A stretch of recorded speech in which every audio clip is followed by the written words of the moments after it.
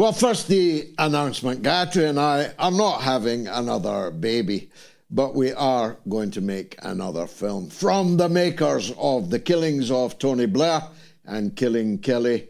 Will come as soon as we can get it to the screen, free to air for millions of people around the world. Will be the third in the trilogy, this one called Provisionally Killing Gaza. We will begin crowdfunding for it very shortly. There'll be more details coming along on the show on Wednesday. Now, the golfing expedition at the public's expense, British and United States public expense, of millions of dollars, so that Donald Trump could play golf on his golf course at Turnberry, which is a very nice place, I must say. Gayatri and I have stayed in the hotel as the guest not of Donald Trump. But the idea that the public should pay for the self-aggrandizement and enrichment of Donald Trump is surely a bridge too far. But he did claim to be working whilst he was playing. He brokered a ceasefire, apparently, between Thailand and Cambodia, whilst on, I don't know, the seventh hole. But the truth is, there is no ceasefire between Cambodia and Thailand. The firing has not ceased. The war is raging. We'll be asking Colonel Douglas MacGregor what he knows about that later. But the big orange monster is becoming more and more monstrous in the things that he is saying. On Gaza, for example, today, he said that if the hostages are not released, he means the 20 or so Israeli hostages. He doesn't mean the 12,000 or so Palestinian hostages. They are non-people, or even worse, they are subhuman people. So he wasn't referring to them. But if they don't release these hostages, Israel will take the most severe action that is known to man. And he added, I know what I would do. Well, we also know what you would do, Donald. We also know that mass murder is definitely in your golf bag. It's one of the clubs that you are more than ready to use.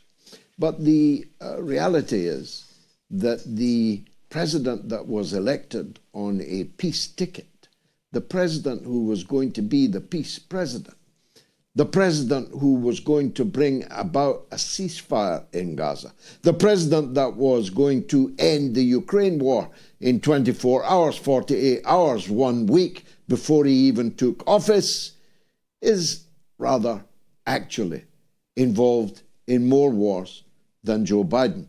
In fact, in 6 months, Donald Trump has launched more bombing on more countries than Joe Biden did in the entire 4 years of his unlamented presidency. This is not a peace president. This is a war president. If the Nobel Committee give a Nobel War Prize, he is a runaway favorite to win it. He's at war against Iran. He's at war against Yemen. He's at war against the Palestinian people. He's at war against the Russian people, and he's threatening war against the Chinese people. Or rather, his colonial clerk, his little satrap, the British defense minister, is threatening war for him. I've said to you before that a hallmark of Mussolini was that he went around the world threatening people with Germany's army. That's exactly what John Healey is doing today. Because Britain, a country that is virtually bankrupt, in fact, going bankrupt fast as we speak, literally bankrupt, unable to meet the interest payment on its colossal debt, with the IMF waiting in the wings to knock on an open door, I'm pretty sure, of yet another British Labour government. Britain is a bankrupt country with no steel industry, with no coal industry, with no shipbuilding industry, with a minuscule military-industrial complex, and an even more minuscule armed forces, Army, Navy, and Air Force, all comfortably fitting in the stadium of Aston Villa, a mid-table, mid-size football stadium in the English Premiership. So John Healey can't really mean that he's going to fight China. Even adding Australia to the mix, I'm not sure the Australian people were consulted before this announcement, but Healey said that Australia and Britain will fight China in the event of war erupting over Taiwan. Now, you at a push could persuade me that the side of a line Kupiansk lies on in Ukraine was my business. You could, at a push, even though it's been in 4 different countries in 100 years, you could at least persuade me to listen to the argument that after Kupiansk, other parts of Europe will be imperiled. But what the actual F have we got to do with Taiwan? Taiwan, Taipei, where is it? What is it? Do you eat it? Do you lick it? Do you drive it? Taipei, your son may die in defense of Taipei. What madness is this? A Labour government, a British government that is about to abolish the old age pension as it has been known for a century because we can't afford to pay it. You're going to get a quarter of it when you're 67, and you're going to get the balance when you're 72 because we can't afford to pay it. We couldn't afford the cold weather payments for our old age pensioners during last year's bitter winter. We don't have the money. What madness is this? A country that is on its knees whilst handing over billions of pounds to the thief of Kiev, spending millions of pounds, flying reconnaissance missions for a genocide in Gaza, is going to go to war with China, the People's Liberation Army, the most gigantic army the world has ever known, the People's Liberation Navy, the biggest navy the world has ever known. 1.5 billion Chinese. Where do you think you are? Up the Yangtze? Do you know what happened? Healey, the last time Britain sailed a warship up the Yangtze, the Chinese sunk it in 1949. And China is, by a scale unfathomable, more powerful, more wealthy, more numerous in 2025. And you little runt, are using our country's name to threaten China with war. What kind of madness is this? Who was consulted on this? Did Parliament agree to this? I know that they would, but the contempt shown for British democracy is such that even a rubber stamp Parliament is not asked to endorse this kind of madness.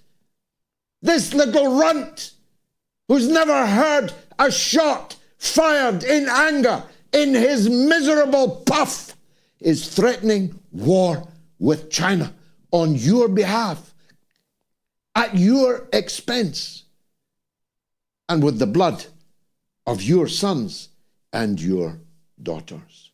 I'm beside myself with rage at this lunatic government that we have got. The most unpopular government that has ever been in British history. They're up to their necks in the genocide in Gaza. They're up to their necks in the bloodshed in Ukraine, and now we're setting sail for yet another war. Well, up with it, I will not put, as I said, I'm as mad as hell, and I'm not going to put up with it. So let me tell you, John, it will be over my dead body that Britain will go to war with China. Let me tell you, John, if it's your plan, as it must be, to conscript Britain's young people to fight these ever-growing wars that you continue to threaten people with, then we will do everything.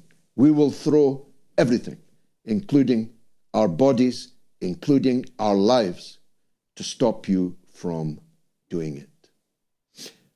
Donald Trump, on his perambulations around the Turnberry golf course, met with von der Leyen.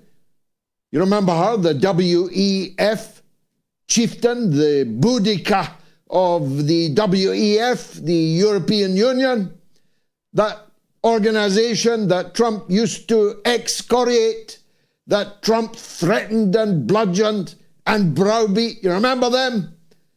You remember how Trump used to talk about the tyranny of the European Union under present management? Well, today, Donald Trump told Mrs. von der Leyen that she's doing a terrific job. She's doing a terrific job for Europe. Mrs. von der Leyen, daughter of a Nazi officer, Mrs. von der Leyen, who acts as if she was the president of Europe. We don't officially have a president of Europe, but who needs to make it official? As we warned in 1975, during the referendum campaign of that year, what is presented to you today, we said, as purely an economic union, then in 75, not even a union, an economic community, the EEC, that which is presented to you as a purely economic community, will ineluctably become a European superstate with a European president, a European foreign minister, a European defense minister. The only problem is none of them are elected by the people of Europe. None of them can be removed by the people of Europe.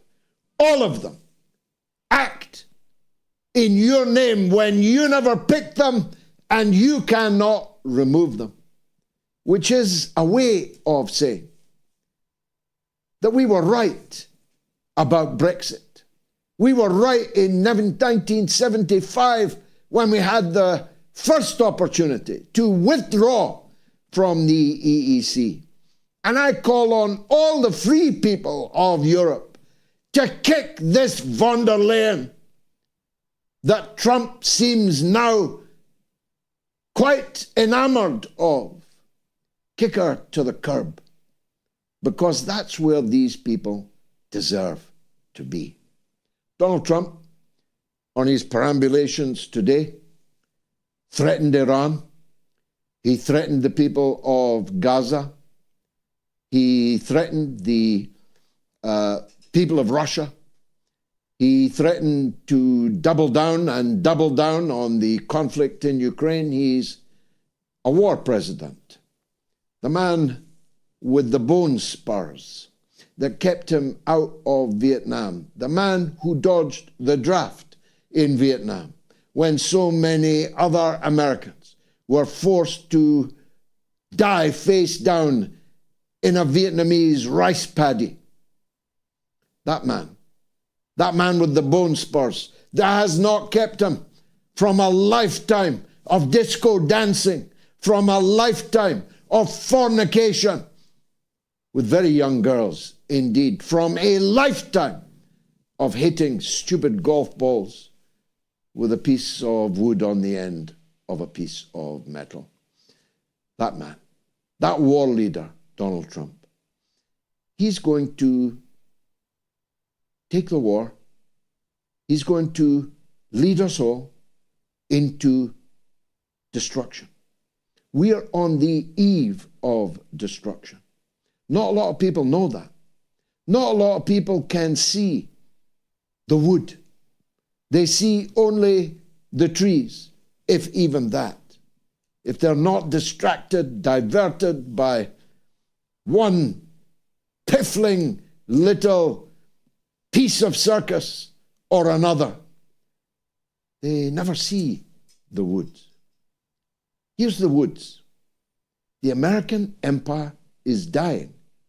It is being supplanted in real time, in front of our eyes if we open them, by the new power of Eurasia, centered around the Eurasian landmass, the two most significant players in which are Russia and China, and of those, China by far and away the most significant, the most powerful, the most preeminent. In order to avoid going into that good night, there are people, and they're in very powerful positions indeed, in Washington, in London in particular, who are ready to blow up the world, to destroy everybody and everything in it, rather than lose their imperial majesty. All empires rise and all empires fall. The smart empire, as it's falling, looks out for the rising powers and gets alongside them, offering its goods and services and the benefit of its experience. But we're not led by wise or by brave or by moral men at all. Lastly, we asked in the poll today, should the Pope visit Gaza? I say this with all respect to you, Your Eminence. You already should be there. The situation in Gaza has slipped beyond calamity, beyond catastrophe. The situation in Gaza is that 1 million people at least are now in stage 5 famine, meaning that they cannot be cured, they cannot be saved. Even if their lives are saved, their organs will fail.